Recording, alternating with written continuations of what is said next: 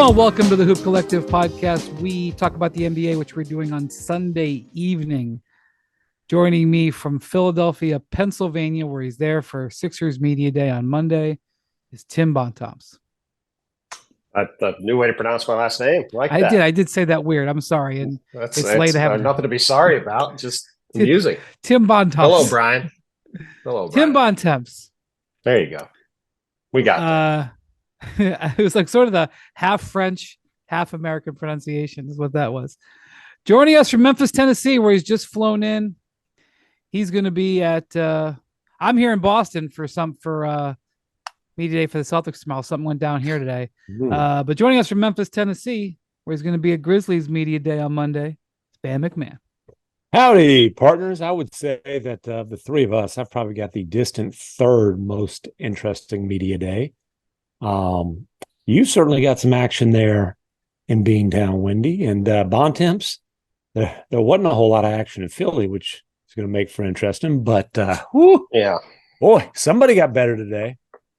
Yeah, so just FYI, we got Ramona Shelburne coming on a little bit later in the podcast to talk about the 76ers because she did a couple of stories recently. But obviously the Boston Celtics win the Derby for Jrue Holiday.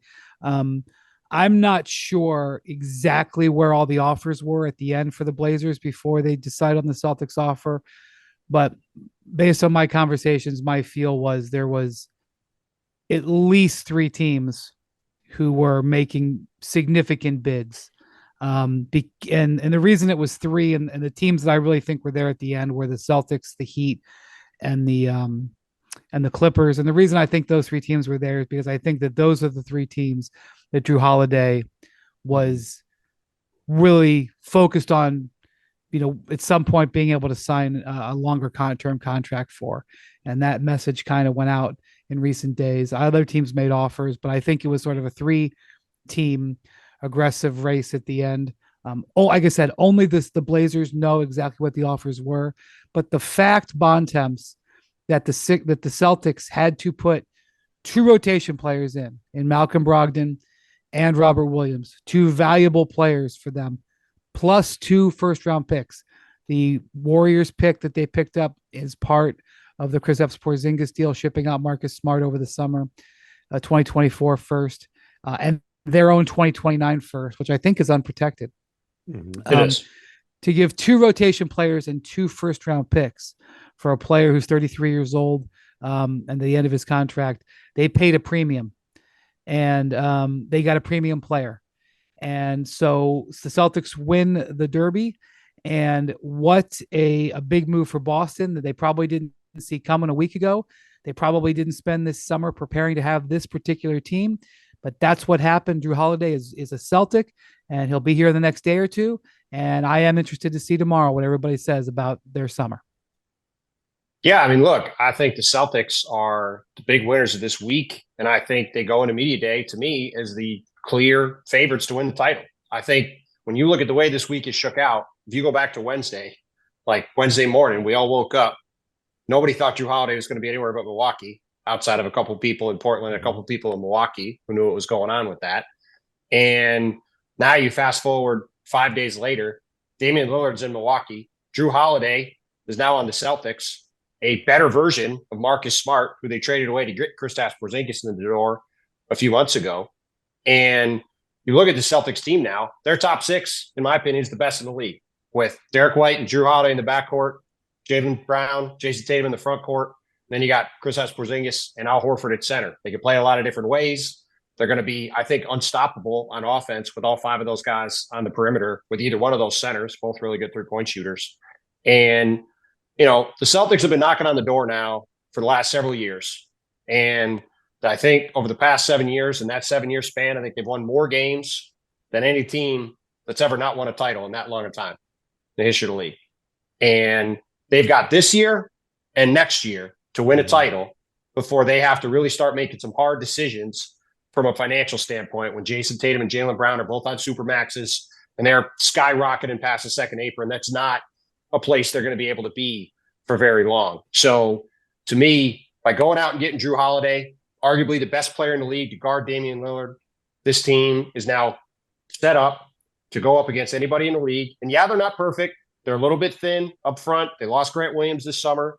Certainly that could loom large later on. He's always done a decent job guarding Giannis. They could have trouble in a matchup with Milwaukee guarding Giannis. But to get Jrue Holiday right now and add him to this team, I mean, yes, they lost 2 rotation players, but we all know they were trying to move Malcolm Brogdon throughout the summer. They're not upset that they're able to move on from him.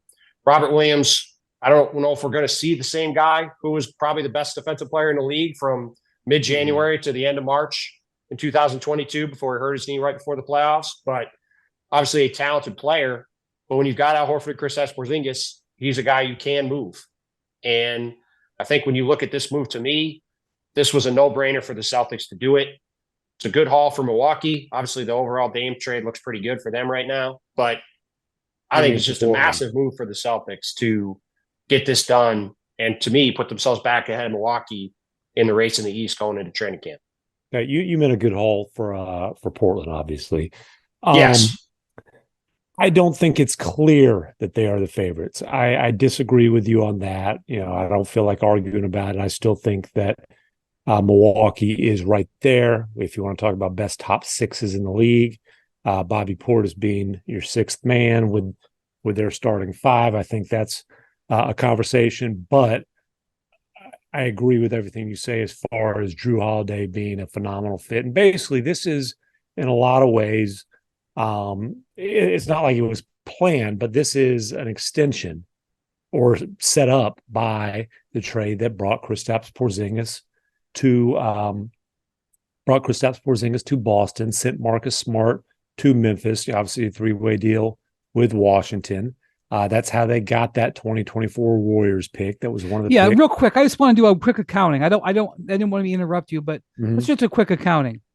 Start of the summer to the end of the summer. Celtics out Marcus Smart, out 1 first-round pick, out Malcolm Brogdon, out Robert Williams. That's what they went out. I know they traded 2 picks today, but right. They traded one of their picks that they had at the start of the summer. So Smart, Brogdon, Williams, 1 first, brings back Kristaps Porzingis and Jrue Holiday. If I had told you that trade in July 1st, I think that would have been very well approved. And then for Damian Lillard, the Bucks they've gotten 3 firsts, 2 swaps. We'll see what happens with Malcolm Brogdon, but they picked up DeAndre Ayton, who obviously is what they see as a core player, and Robert Williams, 2 bigs that it sounds like they're going to keep. And then we'll see what happens with what they get for potentially swapping Brogdon. Sorry, but MacMahon, go ahead. No, that's fine. And the Jrue Holiday fit is perfect, simple. He'll start next to Derek White. They'll be probably the best defensive backcourt in the league. I mean, I don't think there's any question about that. The only question, I think, is if he actually starts, because I do think there's a world where Al Horford might. Well, I think there's a world where Al Horford starts and Derek White doesn't. Okay. I'll be interested to see what they do with that. But when those 2 guys are on the court, which I think they're going to be when they close games, those are 2 of the 5 best defensive guards in the league. That, it's a ridiculous defensive backcourt. Yeah, and they can share the playmaking duties. Obviously, Tatum's going to have the ball in his hands a lot. I think they don't have to rely on Brown maybe as much to be a initiator as they did in the past. I have no doubts about Holiday's fit. I still am a little curious about how Porzingis is going to fit there. And, Porzingis in the past, he has not been content to be even a distant second offensive option. And now, what is he, the 4th? Is at best the 3rd. Right. And I think he's the 4th, but whatever. And then just defensively, when he's good, he can be a good rim protector, but you're definitely not doing a lot of you can't do hardly any of the stuff that you could do with Robert Williams in terms of switchiness. Horford, even at his age, is very switchy. So they're going to have to, they are going to have to scheme defensively to protect Porzingis, but hey, it's a team that was already a contender that I think they can certainly be confident that they were going to, or that they got better this offseason. Their depth obviously took a hit, but they increased their chances to win a championship. That's for sure. So there's been a lot of attention paid the last few days to Jrue Holiday, and people point out that his trying to justify Milwaukee's trade was that, Milwaukee obviously with Dame Lillard gets a finisher, a end of game finisher, and also that Jrue Holiday's shooting in the postseason took a dip from his regular season numbers. It was sort of backing up, it's for some reason, for some people it was like, well, this is a reason why you shouldn't trade for him because his shooting has historically gone down in the playoffs. Let me tell you what hasn't gone down. His assist to turnover ratio. He's over 3-1 assist to turnover his career in the playoffs. Jaylen Brown's is? It's 1-3. It's 1-1. There's certain games where it feels like it's 1-3.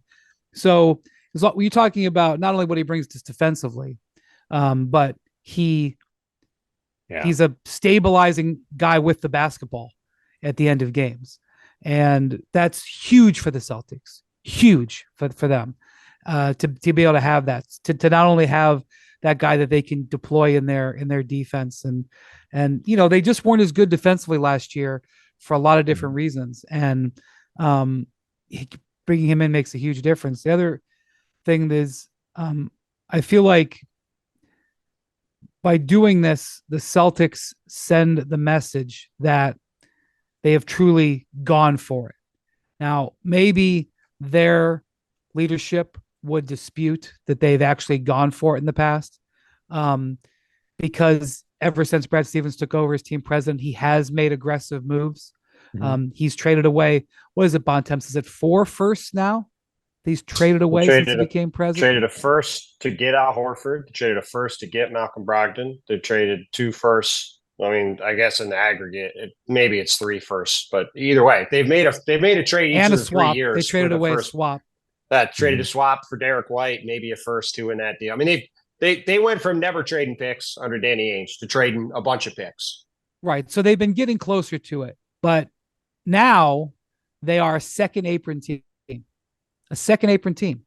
And I will say this, something that's interesting to point out, the second apron rules, as we've talked about, and they're kind of wonky, but not all of the rules are in play right now. One of the rules that is not in play is that if you're a second apron team, in the future, you're not going to be able to aggregate players together to trade them. So you can't put, like the deal, for example, that Milwaukee made where they piled all those players together to get Dame Lillard. Obviously.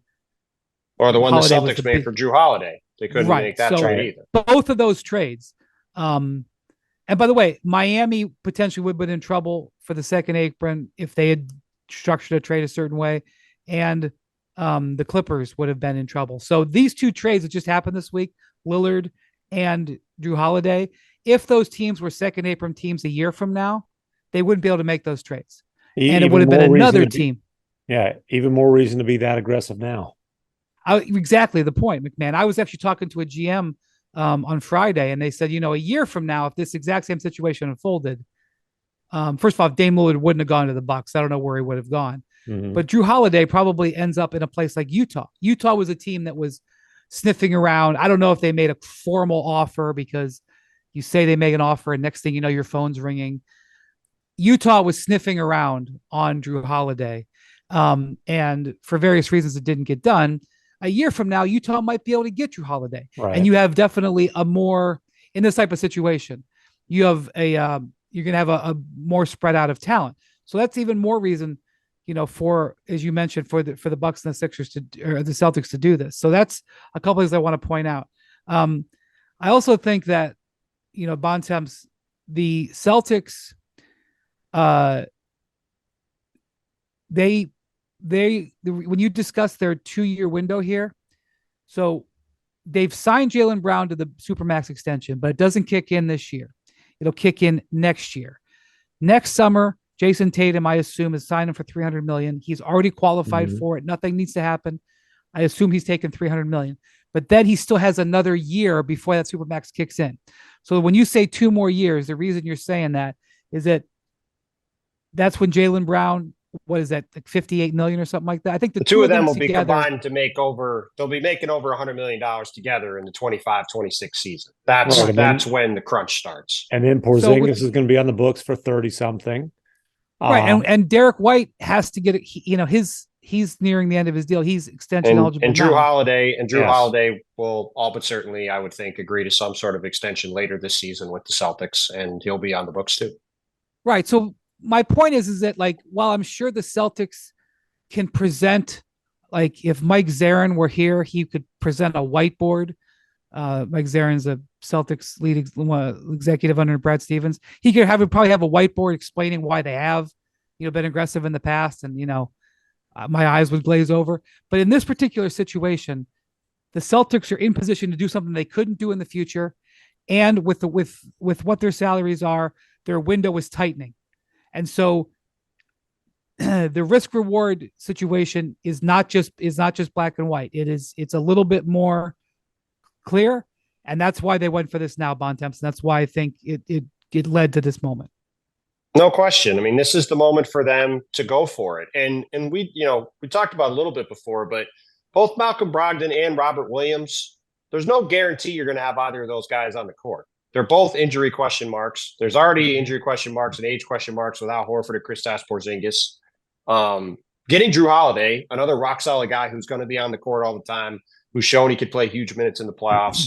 You're going to be able to roll out there with those 4 perimeter players playing 38, 40 minutes a game in the playoffs on a regular basis. You're going to be in awfully good shape.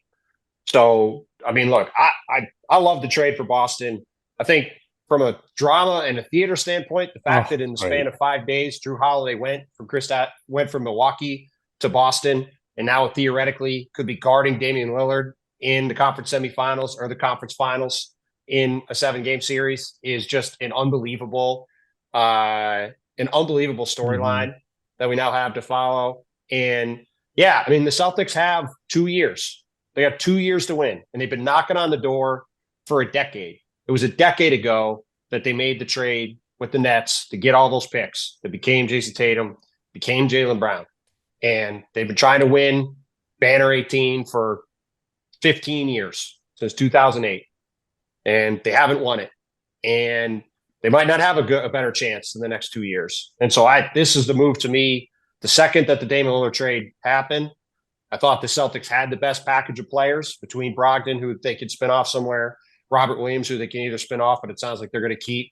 And they have all their picks available. The Celtics still have all but one of their first-round picks in the future. They can still do more stuff if they want going forward. But they had the best package to make to get this guy ahead of the Clippers, ahead of the Heat. And it was a question of, are the Celtics going to really put those pieces in, or are they going to be content to sit with what they have? And listen, don't you dare say someone's package is better than the Heat's if you want to walk in that media room in Miami. I'm going to tell you that right now. You better watch your words. You better be careful there. Let me ask there's a lot of hurt feelings in South Florida this week, that's for sure. A lot of hurt feelings. Not within the Heat, I should say, but all around American Airlines, whatever it's called now. Yeah, I mean, like when Eric Spoelstra sits down to talk to the media, I mean, I'm sure Eric Spoelstra is not going to take a position like, oh, gee willikers. Like Eric Spoelstra is going to say, we have enough, and we're going to try to win. We're going back to the finals. And I don't think you'll see Pat Riley pout. I'm sure Jimmy Butler wanted Dame Lillard, but I don't think you'll see Jimmy Butler come out on opening night and think he's going to win. Right. The Heat, who, by the way, made the conference finals 3 of the last 4 years and are the finals 2 in the last 4 years. So I'd say they're doing just fine. Yeah, and obviously one of the reasons that the Bucks got booted, there was a list of them. One of the reasons they got booted is because Jrue Holiday could not slow down Jimmy Butler, and he was still the best chance by far. So certainly that trade doesn't help that, but it does solve the other massive problem they had, and that's that they're a half-court offense tended to get stuck in mud. And boy, that ain't going to happen anymore with Damian Lillard running things there. So hypothetical here. The Blazers and the Blazers, Bucks, and Suns got this thing to the 1 yard line, and Joe Cronin, the Blazers GM, says to the Bucks GM, John Horst, hey, let's make this a 4-team deal. We're going to loop the Celtics in and reroute Jrue Holiday to Boston. What do you think Horst says? No way. And look, he knew when he made the trade, it was a possibility. But this is like, God, please don't let this happen. I'm sure the Bucks are sitting on the sideline going, Clippers, send the Clippers. Clippers. They did not want to see him in Miami. They did not want to see him in Boston. But forget even Miami. This is the doomsday scenario for the Bucks. This is the team you did not want him on. Well, you're saying doomsday. The Bucks are very formidable. For sure. But I'm not saying no. I'm not saying the Bucks can't win. I'm saying this is the doomsday scenario for the Bucks in this situation. They would have done just about anything to have him go to any of the, I think, 28 other teams in the league. This is the one team, especially, that you didn't want him on, I think, because this team stands in the way of them getting to the finals. And look, I think for me, the situation with Giannis, we'll see what he does over the next few weeks. We'll see if he extends. I don't think the situation is any different. I think they got to go out and win this year. And winning this year just got exponentially harder. Doesn't mean they can't do it, certainly. Not with Dame and Giannis. That's maybe the best 1-2 punch in the league. But Jrue Holiday on the Celtics, I mean, can you guys imagine if these two teams play in the playoffs and you've got Jrue Holiday going up against Damian Lillard? I don't think you could pick a guy to guard Dame in the league than Jrue. We saw that. Brian, I believe you covered that playoff series several years ago when New Orleans played Portland. Didn't go very well for Dame. Dame's a more dynamic player now than he was then. But yeah, if you're going to pick a guy, he also wasn't running pick and roll with Giannis. No, I'm not saying it's going to go the same way. To be clear, I just mean if you're the Bucks, this is not a great sequence of events to have him wind up on your biggest rival. If you're the Bucks, no, I just mean post trade. That's all. Yeah, I mean, they're still celebrating the trade to get Dame, but you did not want Jrue Holiday to be rerouted to Boston, and that's exactly what happened. How do we feel about the Portland haul now that I shouldn't say it's final because there's more deals that Brogdon's likely to get moved at some point, and we'll see what else happens. But 3 first-round picks, a couple swaps, 2 starting centers, which is weird, 2 young starting centers, and Brogdon. How do you feel about that as a return for Damian Lillard after he basically said, "Get me the hell to Miami"? It's more than I thought they would get for Dame a week ago. So I think that they've done a good job. Also, their young players that they had were all perimeter players. Jeremy Grant isn't really a young player. He's sort of in the middle, right, in his prime years. But so now they have 2 young bigs that they can, in theory, have mature with their strong perimeter players. We'll see whether or not this team can have, Simons, Sharp, and Henderson as whether they stick together. But at least their roster is more balanced going forward. And it was a challenged position. And, a year ago when we were, whenever we see stalemates, it wasn't just a year ago, but whenever we see stalemates with players, typically something happens in the league, and we will say on this pod, well, maybe something will happen. Matt Ishbia buys the team, buys the Suns, for example. Giannis saying those words was something that happened, that created that opportunity for Portland. And so that's one of the reasons why it behooves you to slow play sometimes a trade, regardless of what people say. Yeah. And so Milwaukee's reaction opened the door for Portland. And so however you want to see how the negotiations went, Portland's strategy is verified because this is a better deal than they could have gotten if they had just straight up did with Miami, regardless of what you want to say. And it's probably a better deal than they could have got if they had traded him anywhere on July 1st. Yeah, and Dame clearly has hard feelings. I mean, he said as much to Chris Haynes. Things got messy from a personal standpoint. He says, basically Cronin ignoring him, whatever. That's unfortunate, but Joe Cronin got the best deal that he could. Him waiting was smart. He was able to basically maximize the return by taking his time, and then some fortunate timing with the Giannis stuff. And I mean, the other thing, like, dude, Dame got his money, and he got a chance, a great chance to win a championship. To me, once you take the money, you don't get to give a one-team list and be upset that one team isn't where you got sent. That's like, don't take an extension if you are going to, feel obligated to pick your team, your one and only team. And honestly, like, as far as backlash to the Blazers for the way things went down, what? So Portland's going to have to overpay for free agents? Whoa, ain't that something new? What, I mean, like at a certain point, hey, player empowerment, that's the way the league is. But you have to do what's best for your franchise. I think he did that while putting Dame in a good situation. As far as like what the Blazers have on their roster right now, I don't know that Ayton and Williams is a long-term tag team. Oh, I will say this. It'll be interesting to see. I thought Nikola Jovic looked great in the World Cup. Just because looked great in the World Cup doesn't mean he's going to look great for the Heat. He may not even be able to get minutes. There's a lot of excitement about Jaime Jaquez. Maybe he won't be that great. Right. But I will just say this from the Heat's perspective. If Jovic and Jaquez are looking awesome or looking with extreme potential, that is something that could be a lingering thing.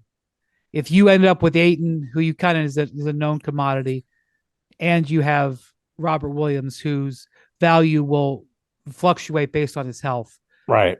If Jovic is out there shooting 44% from three and just being a dynamic 6'10" guy who can play multiple different positions, and Jaquez is knocking people around and like making an impact as a rookie. Yeah, I mean, that could be judged, that could be used against Joe Cronin in the future. Yeah, but what's important is what we sit here and see right now. Yeah. The lay of the land right now. Yeah. And there was not much interest in DeAndre Ayton. That's just a simple fact of the matter. I mean, he's viewed as a guy who's overpaid and is a lot to handle. Well, I think one thing that, our former colleague, Mike Schmitz, who's the number 2 or one of his top Joe Cronin's top assists, he is a big believer in DeAndre Ayton. Yeah. And he is a 7-foot talent. I respect Mike Schmidt's opinion. He has been right about nobody bats 1,000, sure, but he has been right about a lot of players. And so I think what Schmitz and apparently Joe Cronin believed is that DeAndre Ayton is potentially undervalued. Yeah. And you'd be right or wrong on that. That's, it'll be what it'll be. I do believe, and I know that Ayton and people close to him believe that he can benefit from a change of scenery. Ayton, obviously you have to start DeAndre Ayton. I don't know, like, what are you going to do? Are you going to play Williams? You're not playing them together. I mean, I guess you are if you don't care about winning, but like, that's not a fit. So what are you going to do? You're going to play Williams for 20 minutes? I'll say this. If Robert Williams is healthy as the trade deadline is nearing, I do believe there will be a robust market for him because he is first of all, he's got a very reasonable contract.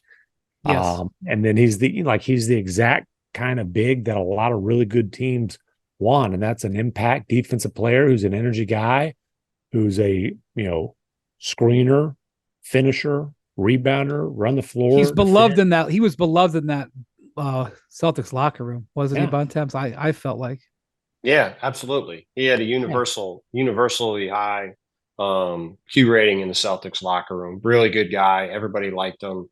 Well, everybody loves guys who do a whole bunch of dirty work and don't take many shots. Yeah. Well, Like, never, and everybody he never loves was playing with looking, those guys. and he was never, Yeah. and he was never looking for the ball too. I mean, look, Right, he's also happy go lucky type of guy too. Yeah. Or when he's looking for it, he's got his elbows above the rim, throwing it down, and Right. just that threat creates space for everybody. So yeah, guys are gonna love that dude. Yeah, I mean, the whole thing, the whole situation with the Blazers, how this played out has been very interesting because it's I don't know if the process was very good at a lot of points, but ultimately they gambled that somebody would panic, and like what you said, Brian, when Giannis Antetokounmpo talked to Tanya Ganguli from the New York Times and said, I'm not sure about the commitment of the team. We got to see where things are at. Well, a month later, Damian Lillard's on the Bucks. And if that interview doesn't happen, maybe this trade happens, maybe, but I'm going to guess that it doesn't. Well, there was that interview. Then there was the podcast appearance. That's right. Like, and he also did the I'm podcast. not kidding. Just to be clear, just to reinforce it. Yes. Yeah, but look, that was the strategy, right? Like for whatever reason, they decided they weren't going to negotiate with the Heat. I don't know if that was the best way to handle things, but that's just basically how it went. They weren't going to do that. So they were waiting for somebody to step up with a bigger offer than what the Heat could have gave them, in theory. And ultimately, that's what they got. Like, this trade worked out really well. They got 3 firsts. They got 2 swaps. I'm with you, MacMahon. That trade from both sides, I totally respect Schmitz. He knows way more about the draft and prospecting with players than I do. The DeAndre Ayton Yusuf Nurkic swap for both sides was a little confusing. I mean, that's the remnants of a bad contract the Blazers gave out last year. And as we talked about ad nauseum the other day, which you don't need to get back into, the Suns saying it's not worth it to see if this thing can get improved anywhere with DeAndre. We got to get him out of here. So perhaps a change of scenery will be good for him, but it's a ton of money to take on in that situation. And, we'll see what happens with Malcolm Brogdon. We'll see what happens with Robert Williams. There is a bit of a logjam. But at the end of the day, the Blazers got more than I thought they were going to get. And they put themselves in a position now where they got flexibility going forward. They've got some stuff they can move around. They have the year now to see whether Anthony Simons and Scoot Henderson can fit together, whether they got to move on from Simons at some point in the future or make him a 6-man. But they got time to do that because now the decks are clear. And at media day on Monday and training camp starting on Tuesday, they can put the ball in Scoot Henderson's hands and let him go. And that ultimately was what had to happen at the end of all this. This had to become Scoot Henderson's team. And now it is. I will say this also.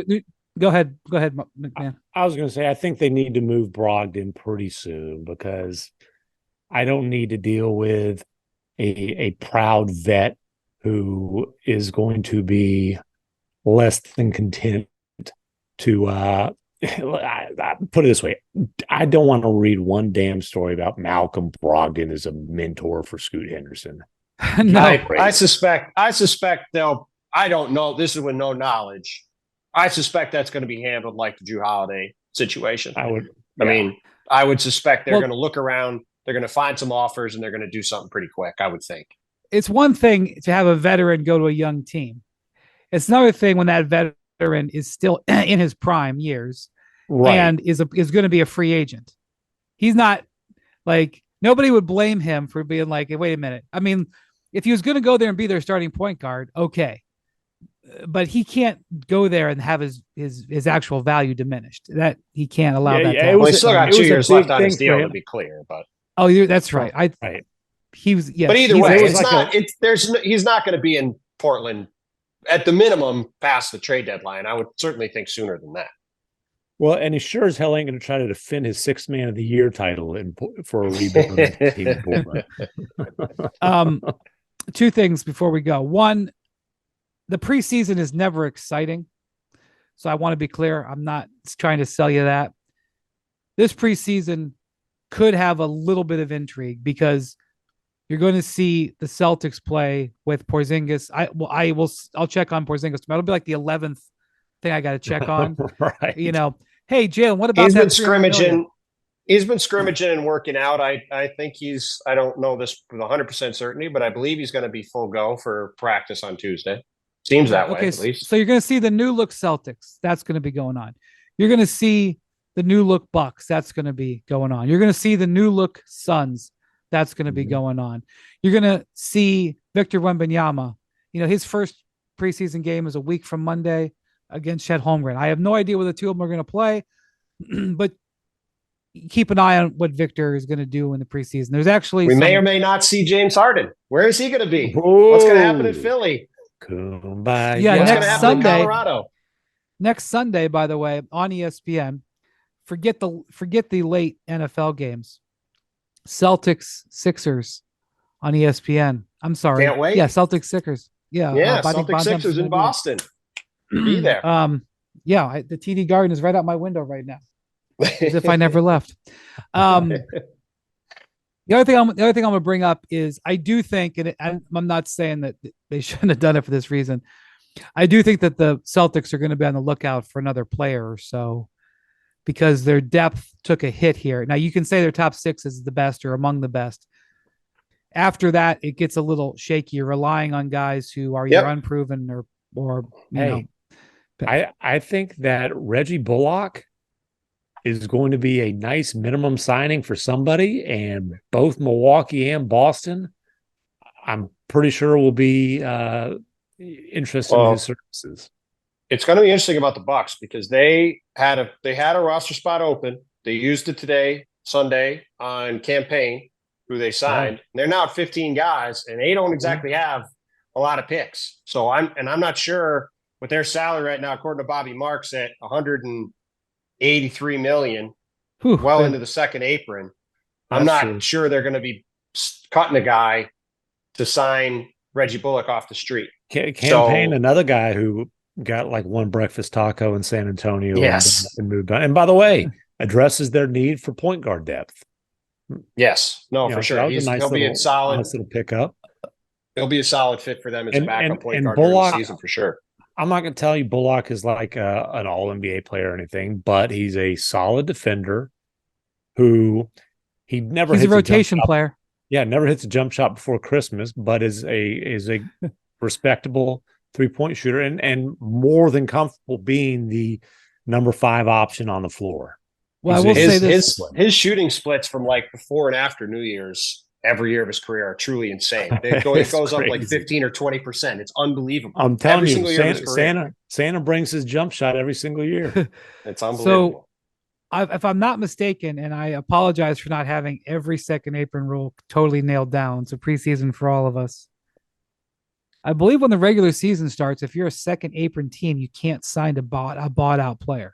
I think that is if their salary pre-buyout was above the non-taxpayer mid-level. Well, it is for Bullock, is it not? No, because it's a combination. It's multiple things. Tim's right. It's about how much they make, and it's also if you get cut before the season starts, which Bullock also got cut before the season started. If he had gotten cut 2 months from now, it would have been a different story potentially. No, it wouldn't. Well, it's probably one of the reasons why he got No, I said potentially. I'm agreeing with you. You're right. Yeah. I'm saying for like other players during the year, it would be an issue. Bullock was a mid-level signing for the Mavericks, but the mid-level's gone up since then. Right. Okay. All right. So, look, I'm not going to sit here and tell you that where Reggie Bullock goes is going to determine the balance of power. I'm just saying that the Celtics could probably use another. I mean, they're going to be counting on Sam Hauser, who is a guy who's shown some things. They're going to be counting on O'Shea Brissett. Peyton Pritchard is going to play a good amount of minutes for them. I think some young Bullock could options, absolutely but they help certainly them. Could use some depth. Yeah, no, Reggie. I think Reggie Bullock could be a great fit for them. They have. I mean, right now they probably have Steve McCallum and Delano Banton fighting for a roster spot. I would guess they're going to be at 14 spots. They did sign Gabriel on Sunday. Yeah, they signed Wendy Gabriel. The team. Yeah, they have Lamar Stevens, who was with the Cavs last year, as a rugged defender on the wing. My guess is he makes a team. It's just a guess, but with what they've got as a roster, I think he makes sense. So if you could have Reggie Bullock as a guy you could plug in there and hit spot up threes and defend on the wing and give, any night you have, one of those wing players not playing, he could step in and play 30 minutes. Like, I think it makes a ton of sense. But as we all know, those kind of guys are valued all over the place. And I would think whenever I think he'll either clear waivers Monday or Tuesday. I think it might be Tuesday. He's going to have a lot of suitors. So And I would think he'll be pretty in demand to see where he winds up. I mean, I'd have to look at Miami's roster. I mean, that's another place where he would make some sense given where how their summer's gone. And I think they have a spot. They do have a spot that they could use too. I mean, he would make sense there. So be a lot of All right, people looking to sign in. A lot more to come on this. Appreciate you guys coming by. We will be talking to Ramona Shelburne here in a second. Okay, joining us now, as promised, Ramona Shelburne, who has written 2 tremendously reported pieces about the Philadelphia 76ers this summer. And the Sixers have quite a big couple of days here as we see what happens with the organization. But Ramona joining us from the Valley, Silicon Valley. No, my Valley, San Fernando Valley. San Fernando. Why did I say Silicon Valley? Oh my God! Well, because I have my Stanford hat on. It's late. Why. I know. I should be ashamed of making that mistake. But you are a Silicon Valley girl too. But yeah, I was there yesterday. It's okay. Wearing her Stanford hat, former Stanford star softball player, and also a shirt that says "I believe in the Church of Baseball," which our producer Jackson does not know the reference. How many of our podcast listeners and our YouTube watchers know the reference "I believe in the Church of Baseball"? I am going to go with 30%. Yeah. So it is a reference to the movie. I wonder, Jax, you don't have to answer, but have you looked it up? Do you know what we're talking about, or do you just not even care? I've looked it up now. Okay. I have now. I have actually seen that movie. My dad forced that upon me at one point in time. Good movie. But you just haven't memorized every word like Ramona and I. I haven't seen it enough to have it down. Yeah, the movie is Bull Durham, one of the all-time great sports movies. The all-time great sports movie. Like that's not up for By the debate. way, speaking of television shows about sports, do you find it interesting that Jeannie Buss in year 2 of the HBO show has after totally leaned in, not avowing, and unfortunately it's been canceled, Winning Time. But Jeannie is now tweeting how much she likes the show, trying to save the show. She went on a podcast with the creators. Her new husband, Jay Moore, had a role this season in Winning Time. I mean, it's like the wall came down. I don't want to make a Gorbachev reference, but that's what happened. The wall came down. There was a sort of the Lakers just pretended Winning Time did not exist and were not happy about it for the whole first season. And then this year it was it's fun nostalgia. Yeah, I get why Jerry West was upset. I don't know if I would have filed a lawsuit, but I understand why he was upset. I get it. I guess I get how why Magic was upset because it portrays him in a certain light, regardless of how true it is or not true, but whatever. But Jerry Buss was the star of the show. He was, and Jeannie was portrayed, maybe it wasn't her ideal light, but she was portrayed very positively. Yeah. And her dad, John C. Reilly, with an all-time performance as Jerry Buss, and he was awesome. There's no way you watch that and unless you were one of Jerry Buss's former girlfriends or something, there's no way you watch that and they're like, that guy isn't awesome. And so I'm actually kind of glad she leaned in. It was kind of, maybe a little bit too late, but here's what the thing that's hard. Okay. So year 1, everybody was just upset that it even existed, right? That they did it without them. And this is other people's version of history and not their own. And other people made money on this and et cetera.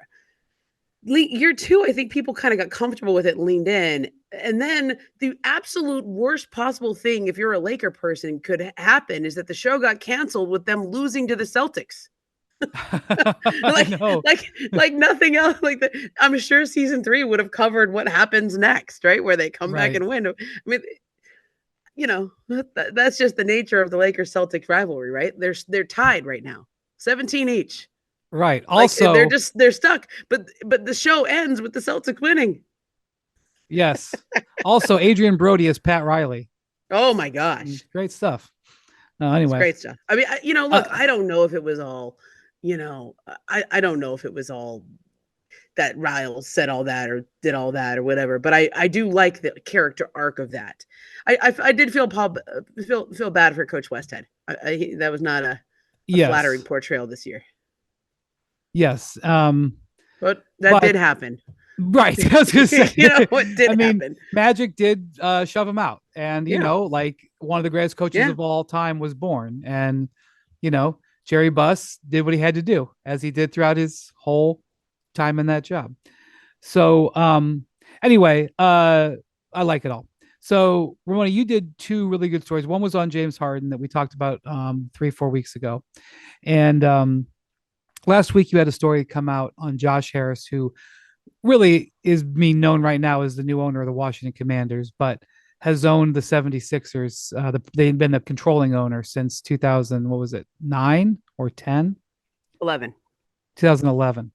And probably got the best price on an NBA team of the modern era. Certainly like Jerry Buss. I don't remember what he paid for the Lakers. I think it was 66 million or something. Okay. Something like. Arguably going to be the great, the team is probably worth $7 or $8 billion. I don't even know. But like there was a valuation at some point of the Lakers. What people forget about the Lakers purchase back then is they also got the Forum and the Kings and and some land up in Fort Tejon. It was a crazy real. And then I think Jack Cook got the Chrysler Building. Like that was wild. Yeah. I mean, I'm sure the Chrysler Building is very valuable, but I think the Lakers are probably valued more. Yeah. But anyway, but here's what I think is fascinating. So you do this interview with Josh Harris, who, number one, has almost done no interviews before. Mm-hmm. And this interview, I assume, was in the works for a while. And right when you're about to do the interview, the James Harden situation blows up. Yeah. So like, that was an interesting situation that he must have been dealing with. Yeah. Well, I'll tell you how that happens is I think we had been talking about doing an interview with Josh Harris, like when he first bought the team, when he first bought the Commanders this spring. I mean, it was, and the deal was going to close this. It was kind of in the spring is when it looked like it was coming together. And then in the July is when it finally closes. But I had Zoom dates on the books months in advance, right? And then this plan to go to the preseason game August 21st was months in advance. That was on the calendar because he's a busy guy, right? Like he was flying to, I think he was overseas for quite some time. He was back and forth to the Hamptons in Florida and Philly and all over the place. So like it was hard to nail down any dates for him. I'm just home. Like I'm pretty easy to schedule with, right? Like I'm in LA. At some point I may go on a day trip. That's about it. So I was easy to schedule with. And we had these on the books and it was just literally the James Harden thing has been happening all summer long too. Like this has been happening since July 1st or June 30th, as it were. Right. But when he said, okay, I will have a reporter from ESPN come hang out with me during my first preseason game, he did not know that this reporter who mostly covers basketball that James Harden was going to blow up and it was going to blow up. So so how did I handle that is what you asked? Well, and how did he did he handle it? He was actually fine. He said essentially like, hey, I said to him, I go, listen, I'm going to ask you about Harden. Like we're going to talk about that. But I won't make the whole interview about that because the story is about more than that. Right. And so at some point I'm not going to, my tactic with it is always, I'm trying to tell the whole story and the 10,000 foot story, because this is something I want you to look back on 5 years from now and pull things from, or learn things about this guy that you don't know, or, contextualize him in a way, because we all just woke up and he was like the largest holder of sports assets in America. I mean, it's like him and Stan Kroenke, pretty close neck and neck in terms of just so just to go over real quick. So Josh Harris owns the 76ers. He owns the New Jersey Devils. He with partners.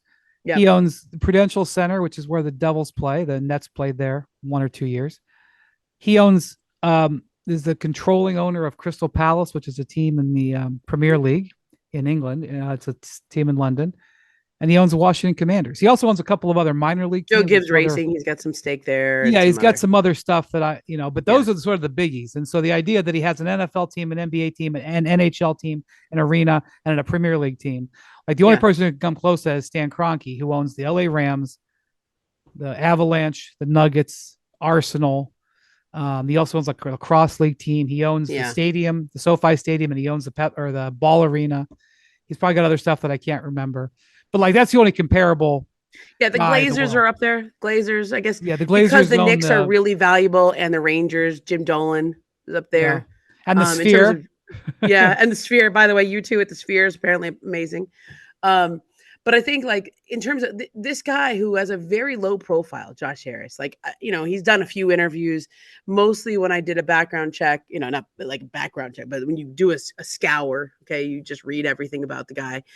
Most things that come up are stories about him being a college wrestler, stories about him at Apollo Global Management and sort of how that fell apart, but also some of his best deals that he made to become a billionaire and be in position to own all these teams. And then I think there was a few stories when he bought the Devils of kind of who he was. There wasn't a lot when he bought the Sixers. He didn't do media back then. And I remember that was actually one of the first places I started, which was all of a sudden Josh Harris is everywhere. Josh Harris like bought the team in Washington and then called into a radio station a few minutes later and bought a round of beers for fans that were at a watch party there. I mean, like literally, like now he's doing sports talk radio. Like he went from not doing interviews to like calling into. Well, he also took a beating because the whole process thing went down, and he was sort of absent for that. And they had, when your story basically Brett Brown. I mean, it was basically Brett Brown every night. But like, how in that 3 or 4 year period of the process, they averaged 67 losses? Is that was in the story? I can't remember. Yeah. And I think that was one of the areas I started with, Brian, which was the first thing he did when he became a professional sports owner pretty quickly. I mean, people forget they bought the team, and then that year Philly was actually 8th, and they kind of caught the Bulls when Derrick Rose got hurt, remember? Yeah. So they actually advanced in the playoffs that year a little bit. Ran into the Celtics and lost, but that was they traded for Andrew Bynum. They were like, okay, well, now we're going to try to go for it. And that obviously blew up in their face. Yeah. So then he went into full process. He didn't go into full process the minute he bought the team. Right. But the biggest issue a lot of people had with the process is just the lack of, it was a pretty radical idea at the time. I mean, I've called it YOLO tanking, in the past, like, and Sam Hinkie was the architect of this, and Josh Harris being from private equity and David Blitzer being from private equity. It just made sense. Like when you buy a distressed asset, what do? Strip down the parts that don't work and rebuild the company by keeping the most valuable parts. Well, the most valuable parts the Sixers had back then were draft picks, and the highest draft picks generally net out the best talent. There's you've written a lot about this, the history of the process. I think probably the best story, Pablo Torre's written about this, and kind of named it that. But I think there wasn't a lot of Josh Harris explaining what's going on here. There wasn't a lot of yearly or monthly or whatever you want to call it, owner press conferences where there's some level of accountability for this. And it got to the point in the league where it became uncomfortable. Like the NBA steps in. There became, Jerry Colangelo took an advisory role at one point. You remember that's kind of how Brian got the job, or more than kind of. That's how he got the job, right? And it became uncomfortable to the point where then there's the Martin Luther-esque missive that Sam Hinkie writes on his way out. What a reference! Yeah, Stanford reference. Yeah, the Martin Luther's 95 Theses. Oh my God. Jackson, do you know the reference to Martin Luther? I'm just kidding. Jackson went to Syracuse. I'm sure he does. Yeah. I'm sure he does. He went to Syracuse. But like, there wasn't a lot of forward-facing ownership time during that period, and I think they made certain mistakes. I mean, here's a cutting room floor story for you, Brian. Remember back when they at one point decided, we should probably get some veterans in here, so that we don't just have a bunch of guys, like some things that happen with some of the young players, some off the court stuff. So Elton Brand's like going to retire, and to the point where he had a vacation booked, and like they call him and go, hey, we really could use you here. And it just as a veteran, and we have some young guys that could use some mentorship. I think they were thinking of Okafor and Nerlens Noel and those guys. And Elton's like, I literally have my off-season trip to Jamaica booked. Like I can't do that to my family. Like, we've been planning on me retiring. We have this trip booked. I can't be to training camp. And they go, can you come after training camp? Can you just come? Can you come later? Whatever it was. I don't know if it's training camp or in the middle of the season or whatever it was. Can you come later? And he goes, if you let me go on the trip, yeah, okay. I'll show up for you guys, because Elton wanted to roll in the front office eventually, and he did. Right. That was the team that I think won 9 games. That was Joel's rookie year. But like, this was that process era Sixers was. Now I think everybody does it, right? There's a lot of teams that are doing it, and they just do it a little. Yeah, they don't go whole hog with 67 loss average for 4 years. But yeah, but so it's very clear that Josh Harris he's taking a different approach and a more public approach. Yeah. So you've written this Harden story. So the Harden story hadn't run yet because you had quotes from him in your Harden story. So the Harden thing is unfolding. Had Daryl Morey as a liar? Had that came out? Yeah. Okay. That came out. I sat with everyone while I was there. Like, I saw Tad Brown was there and Josh Harris. Tad Brown's was there, the team president of the. Yeah. And no, I don't think Daryl was there. Obviously Daryl wasn't there for the Commanders game. Why would he be there? But right. But there was a sort of like James Harden had just blown them up, right? I mean, he had just gone to China, said what he said twice, right? Let me repeat myself in case you didn't hear me the first time, which is kind of the best part of that whole thing. And let me say it again. And it was very uncomfortable. Like, it was very uncomfortable for a couple of weeks there for Daryl Morey, for everyone involved in the Sixers and that whole process with James, and hasn't really gotten more comfortable. I don't think it's gotten more comfortable. I mean, there's the photos from the club last week where he's, there's signs saying the same thing. And Joel took processing out of his Twitter bio or X bio. You never know what that was. You never drama. Know. There's always something he's with Joel Embiid. I know. Yeah, like he's always just doing stuff, poking. Right, that's what the Joel is. Yeah. But we, this was all happening during that period, and so I did ask him about it quite a bit, and I ran some quotes from him in the story on James Harden, and as a reporter, it's like, you're doing 2 different things. Like, you have to get everything while you're there. Like, you have to, okay, so I'm going to ask you about Apollo, and I'm going to ask you about the Commanders, and I'm going to ask you about the Sixers. And Apollo is his private equity company that he had an acrimonious departure from. I'm just filling in details. I'm like doing the footnotes. So. I know. It's good. So yeah, he didn't duck any of those questions. If anything, I think he was pretty candid on James Harden. I think I don't remember off the top of my head, but it was something to the effect of, it's a really unfortunate situation, and we hope we can find a resolution that's good for both us and James. And I think he signaled this understanding of, like, we're going to look for a deal. I mean, the same thing Daryl Morey has said publicly. We're going to look for a deal, but it has to be good for us and for James. Yeah. And so I don't know 100, we're recording this pod on Sunday night. I don't know what's going to happen tomorrow. I don't. I wish I could say my sources have told me that James Harden will show up at 10:04 a.m. Like, I don't know. I've heard all kinds of different things. I've heard enough conflicting pieces of information to say that I don't know as we sit here right now. So I'll give you my line that I used on the show the other day. Okay. Everyone has a theory. No one has an answer. Yeah. I mean, yeah. So I think most people I've spoken to in and around the Harden situation and in Philly, et cetera, I think they all think James is going to show up. Because the theory is, and like I say, the theory is that he wants to get paid. Like, he's not going to Ben Simmons this and say, I'm going to lose $19 million of salary by not showing up. I think there's this idea that he will show up and become just more than a distraction than he already is. More of a distraction. Or he will just show up and they'll work out that he just doesn't play because he says, I don't want to be here.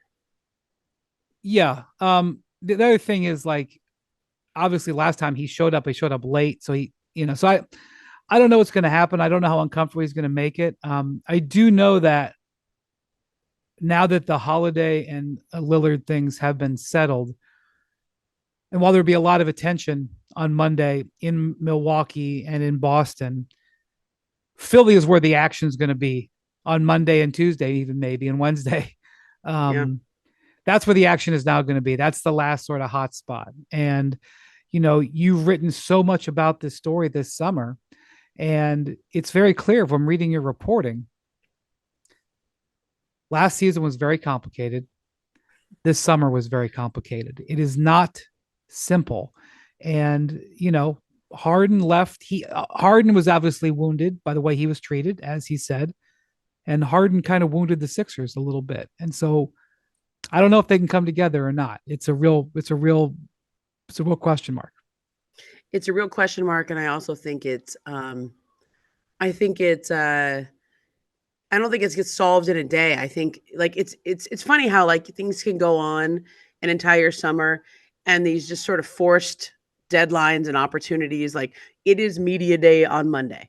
And so therefore everybody has to play a card. Like you just are forced to play a hand. You can't just pass on to the next day, to the next day. And this is how these things eventually get resolved, is that something now has to happen because your contract kicks in and you either show up and report or you don't, and then they pay you or they don't pay you. I mean, that's literally what happens now. And so we'll see. It's he's already been fined obviously by the NBA for his comments. I would, my guess, this is my theory, not an answer, but my theory is that he shows up and says, I don't want to be here. And then they either say, well, let's suit up and go through practice, or they say, all right, why don't you just sit out until you do want to be here, or we have a trade for you. I think it goes like that because I think he's not the type to just not show up. Yeah. Technically within the rules. Technically, well, it's against the new rules that allegedly. Yeah. The interesting thing that you had in this story about Josh Harris, you interviewed David Blitzer, who is his co-owner with a number of the teams, and you interviewed Michael Rubin, who was a previous part owner of the 76ers. He sold it. He's the founder CEO of Fanatics, one of I guess there's been people like this over the course of the decades, but like is the man about town, hosts the white party every summer. The Great Gatsby. Yeah. Yeah, that's good. And he had some very interesting quotes to talk about Josh Harris. And I think Michael Rubin, if he could ever talk freely, could have an incredible insight into this Harden situation. I suspect his role is very important because he is extremely close to James Harden, at least has been. I don't know where he's at with the Sixers people. I'll say this. I did, obviously I talked to Michael Rubin for this story on Josh. We talked about a lot of things Sixers as well. He's not involved with them anymore. And he says he doesn't, I'm glad I'm not dealing with this anymore. It was a lot. But I think there is he would have played a role in this that could have been helpful to fixing the situation. Like there's a sort of connective tissue that Michael Rubin had with James Harden, just because of their long history together. I think, let's say you play this out. The reason Rubin has to divest himself of the Sixers is because Fanatics is getting involved in gambling, and it's against. It's going to be a conflict of interest for him to be an owner in the team and gambling, and it just got too. But he also, too murky. With Fanatics, needed to do a bunch of deals with players. Correct. For his business, and as an owner of a team, he couldn't do business with players, or he was very limited in what he could do. That's right. They have, sort of player appearance fees. Like there's a lot of players that are on the payroll for Fanatics. And that's why his events are so exclusive, because they're not just his friend. They're part of the company, right? They're endorsers. And I think I think that became problematic. And so he divests himself from the Sixers, and he still maintains a relationship with James Harden, but he's not involved in the actual contracts. He's not involved in any of the team business. And I think if you had a Michael Rubin there, maybe throughout this year, it might've been different. I really do. I think the hand holding that probably needed to happen would have been done. But that's partially why James drifted so far and feels so betrayed, because there was no one holding his hand. And Sixers will tell you, well, we can't hold his hand. That's tampering. Right. That's right. That's true. They got fined last year for tampering, but there's a hand holding that could have happened all throughout the year in just making somebody feel safe and secure. And the biggest takeaway I had with, that I had from the Harden story, and I think I can say this very, very bluntly, which is James felt like he sacrificed a lot on and off the court to prove that he was all about winning, that this is what the team needed. And when it came time for him to be repaid for that sacrifice, he was not being repaid. And that is reflected in not making an all-star team. That's reflected in sort of stature he has on the team and in and around the league, all NBA voting and those kinds of things.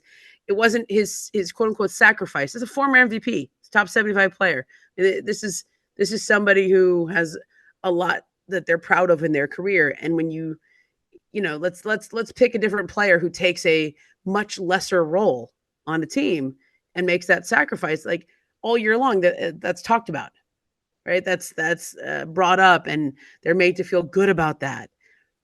And James didn't feel that way, and he never got to the point. And Brian, you've talked about this very well, and I think you're right about this. He probably had more leverage if he did not pick up his player option, because they need him just as much as he needs them. And because he picked that up, I think he's lost a lot of leverage here. Well, one thing I suspect could happen in the next couple of days, we'll see. Now that Dame Lillard has been traded and is not a Clipper, and now that Jrue Holiday has been traded and is not a Clipper, and Malcolm Brogdon is now very available, and the Clippers almost traded for him, but so that's there. But like the Clippers have tried to get all those players this year. They tried to get Brogdon. So they tried Heat, to get Lillard. I don't know about the Heat trying to get Brogdon, but the Heat tried to get Lillard, Jrue and Holiday tried to get Holiday. But the Clippers potentially, now that they have sort of clarity of situation, I suppose the Clippers could come back to the Sixers and renegotiate now that they kind of know who's going to be available and who's not. And the other thing is, the Clippers, from what I understand, made a pretty aggressive offer for Jrue Holiday. James Harden would come cheaper for a number of reasons, but primarily because his contract is so up in the air and he can't extend. That's one thing that I will watch in the next, week is, could the Clippers and the Sixers get something going there? And it would behoove Harden, I think, maybe not to make more negative news. That may make it a little easier to get that trade. And I wonder if anybody's given him that, or he's aware of that, or whatever. And by the way, like they might talk again and they may not come to anything, but because the Clippers are now kind of back out there. Yeah.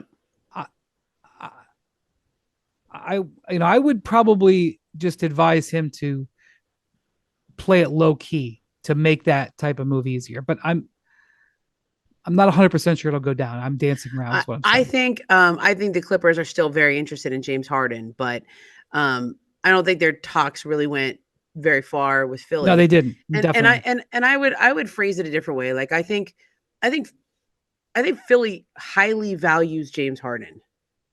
Like they're not like, they are willing to trade him, but the value they have on James Harden is still very high, because they've always valued him very highly.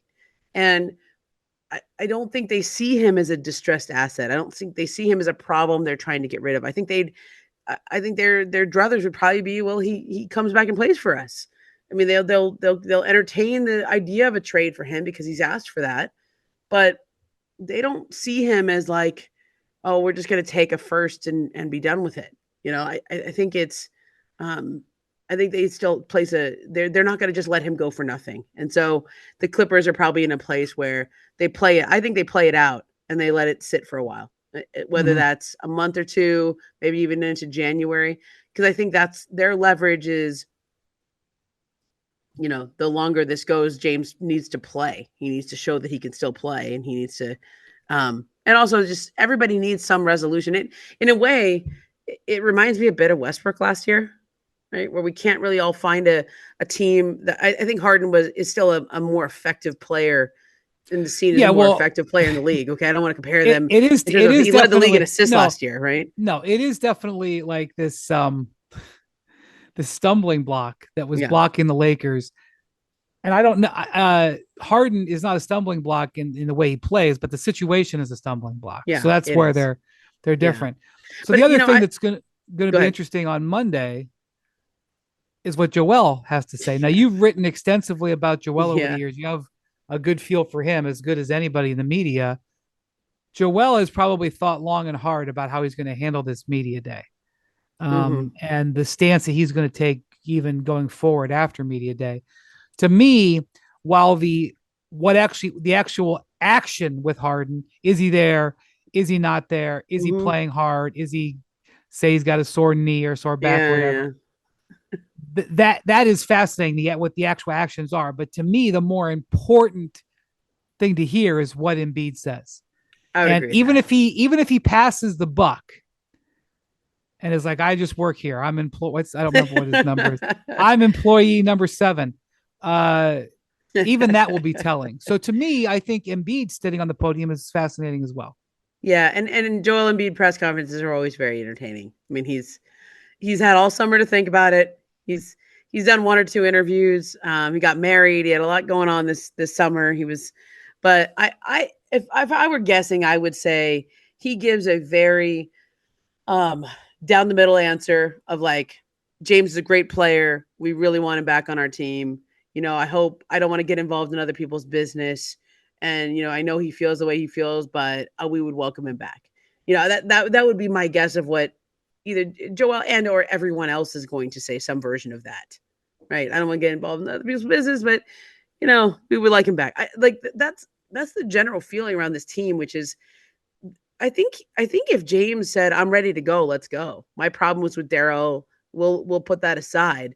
Let's go ball. Let's hoop. I think everybody would be fine. I really do. I think he'd be welcome back. I mean, Nick Nurse has no history with him. I mean, right. Nick Nurse, he has good history with him actually from Houston. I don't know how much their paths crossed with the G League team and the Rio Grande Vipers, right? But Nick was around that the Rockets teams during James's glory days. So I think he'd be fine if James came in with that attitude. But I don't know. The pictures of the club the other day, that kind of lets you know where his head was. Yeah, that was a salvo. That was like a salvo. And I don't know if it was like, I don't know what to make of it, to be honest with you. But I don't think we'll have clarity on Monday either. But we will at least have a idea of the way the game is going to be played. I think we're going to be checking it. Did he get on the plane to Colorado? Did he show up in media day? Do they let him? I think he may take his own plane to Colorado, as you wrote about. He sometimes likes to take his own plane places. Yeah. I don't know if it's his plane or he gets somebody else's plane, a ride on somebody else. It's not far from Colorado. Relatively, it's not far from Colorado to Vegas. It's certainly closer than Philadelphia. So you could drive it probably.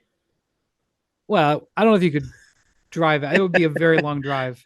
You're showing your coastal geography there, Ramona. I'm so sorry. I know, probably true. But I do know the drive from Vegas to St. George, Utah is not as close as I think it is, because that's where we used to fly into when we go play a tournament there. It's a couple hours. So Denver's a whole nother couple hours. You fly to St. George and then drive to no, we would fly into Vegas and drive to St. George. St. George. Okay. Yeah.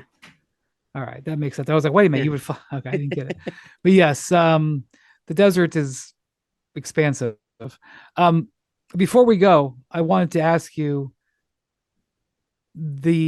how you think, what your impressions of Josh Harris were when you were done with him, because there's a lot of fascinating things in this story. He talks about the private equity deal, and I'm not going to talk about that on a basketball podcast, but he talks about the private equity deal that basically made him a billionaire. He talks about his breakup with which they could make a movie about, maybe somebody will, about his former business partner who's, been in negative headlines because of it. I don't think he'd ever talked about that before. That he talked about it with you.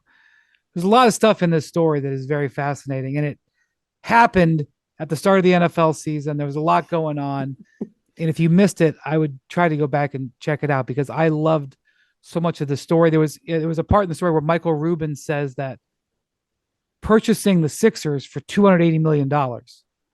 Just think about that. Yeah. The Bobcats sold to Michael Jordan for $300 million. And like within a year of that, the Philadelphia 76ers sold for $280. Okay. Yeah. And Michael Rubin was saying that it took 6 months to do the deal, and it was way more difficult, and they were on the fence about buying the Sixers than they were about buying the Commanders. Yeah. So I just want to know what your takeaway of Josh Harris was, and what you think maybe we can say about where the Sixers are headed, the way he's handling this right now. So I think he's learned a lot, and he's been very humbled in his last 12 years as an owner. He said that a number of times, and not because I asked. It came from within. I think he's learned a lot about how important it is to have personal relationships with players, for them to feel like you actually care about them and you don't just see them as an asset and part of your strategy or something. And so he's really gone out of his way to make personal connections with the guys in the Commanders. And I know he's done that with Joel Embiid and some other players in the Sixers. That's something I think he's learned over these 12 years. There was a quote there. It's like, you got to do everything like in sports. It's really leaky. Everything, you got to do everything like you're going to read about it on the front page of the newspaper tomorrow. And the way you had it was that his mother, right? His mother used to say to him, yeah. And I think he, well, hold on. I want you to tell them his mother, used to say to him, you should behave like what you do is going to be on the front page of the paper. That's right. And then he grew up and did made a billionaire, which, was in the business pages many times over. Yeah. But then when he actually became the owner of the 76ers, what he did was on the front page of the paper. Yeah. And it took a while to kind of compute what that meant. Yeah. I mean, there's a lot to the story that I liked of, I watched the show Billion. So I enjoy that, not that I ever travel in those circles. Like I'm not in those circles. I'm just kind of writing stories about people in those circles, but I like the. You've actually literally traveled in those circles when you've been on private planes with billionaires writing stories. So I know what you were saying, but you actually have literally traveled in those circles. Yeah, but I'm not. There's a B in my last name, but it's not for billions. Okay? There's a, I know how to talk to them without getting embarrassed, or like I can hang in that conversation, but I'm certainly not, having any kind of portfolio. I understand. I'm teasing you a little bit. But what I liked about I liked when, when David Blitzer was telling me the story of how he and Josh Harris talked about sports one day, and they were at a pub in London, and I go, which pub? And he goes, oh, I can see it. I can picture it. I'm going to have to remember exactly which pub it was. And I go, you got to tell me which pub it was. It matters. It's an important detail. He goes, okay. So he texts me back later and he goes, it was the Punch Bowl. And I go, oh, okay. Because this is an important pub in London. This is like Guy Ritchie and Madonna's pub. This is not just like any old English pub. Right? This is this is like an iconic pub that's been open since 1750. So this is where these two billionaires get together. And you have to picture this. Like, this is the basketball equivalent of the meetings between Red Auerbach and Jerry Buss at Dan Tana's in winning time, right?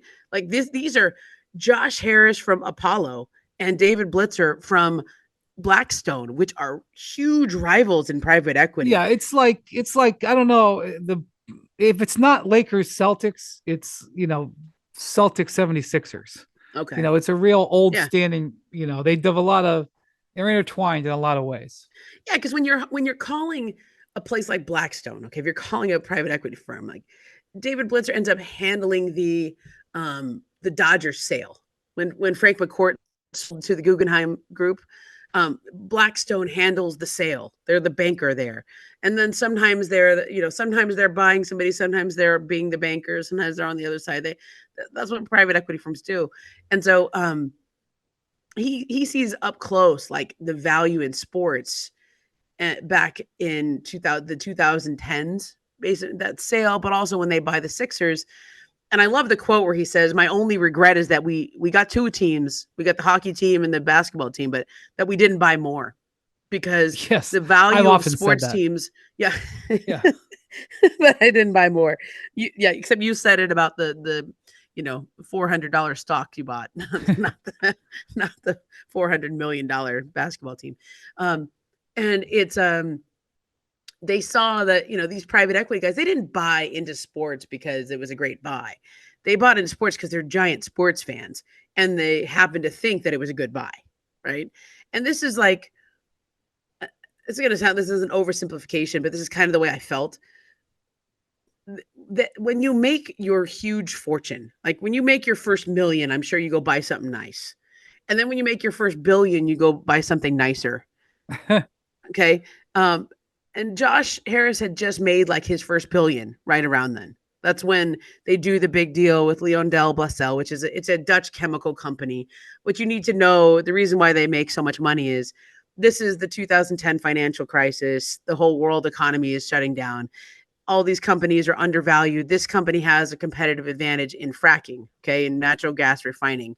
And they produce some plastics that are basically make everything, that make the world go round. And this company is a very good company that's going into bankruptcy.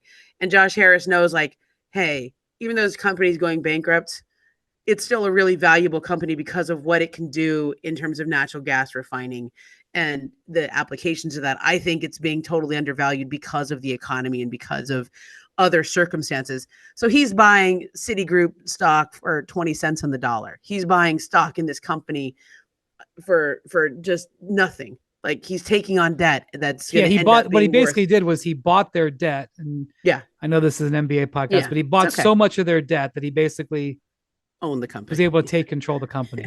Basically is what happened. Yeah, that's the And right way to put then it. like a year or two later, the company went like 10x in value, or I don't even know. That's he what essentially there was the easiest way to say it is they invested about $2 billion and it became worth $12 billion within 5 years. It's a pretty good return. Yeah. It's like 600% return. And Yes. so this is about the same time that he's like, I have money now, like to not just, probably with his first million, he bought a house or a car. And with your first billion, you buy a team. Okay. Yeah.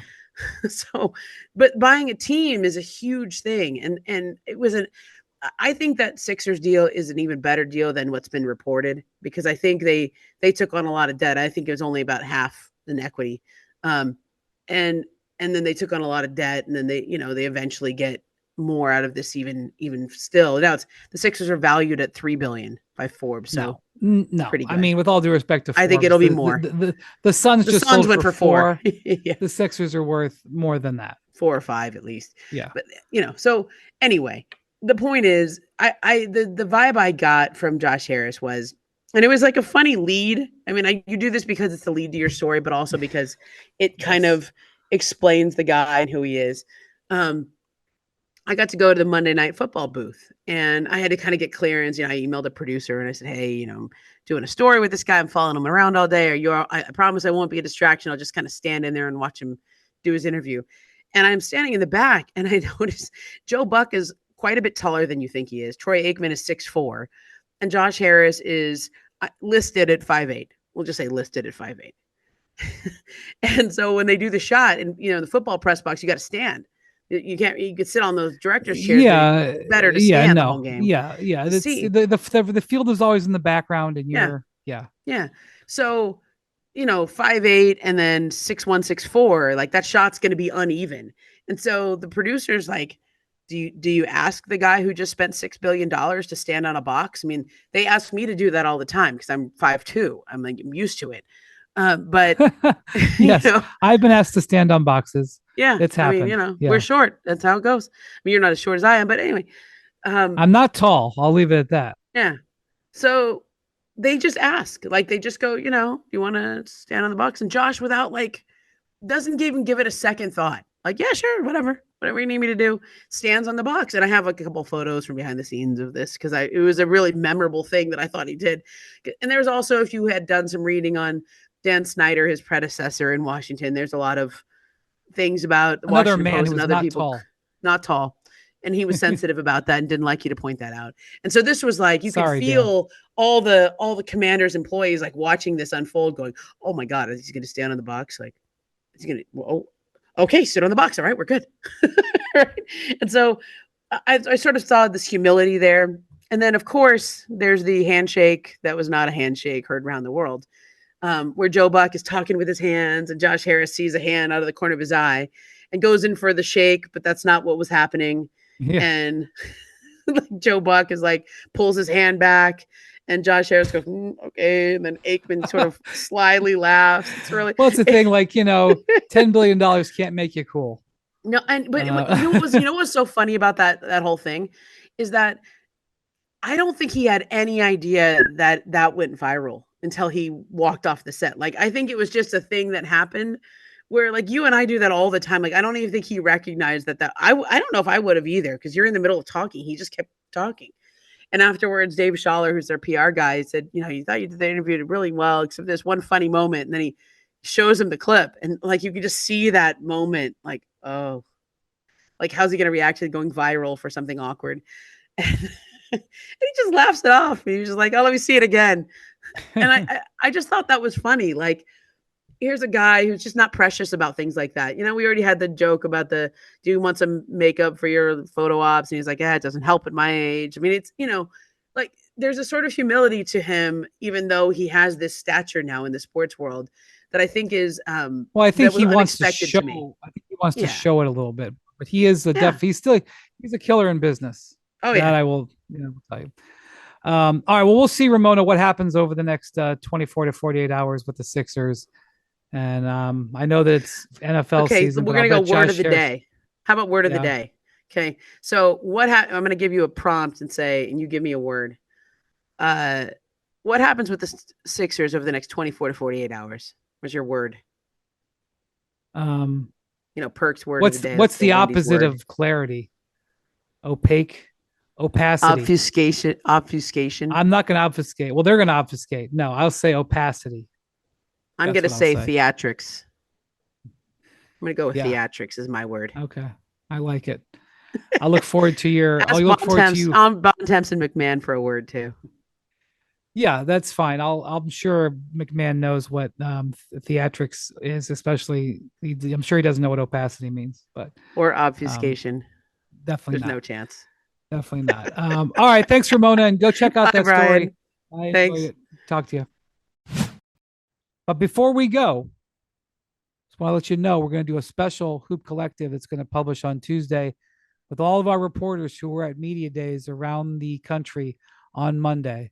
It's going to be meaty. It's going to be meaty. Definitely going to be getting Mr. Bontemps from Philadelphia. That's going to be a good one. And people, who knows what's happening here. So thank you for listening to Hoop Collective. We will be talking to you very soon.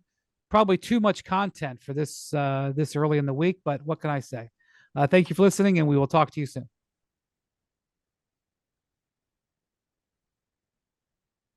Thank you for listening, and we'll talk to you soon. Oh, I thought I was coming back to do that. We've come back. We've come back. Thank you for listening. We'll talk to you soon.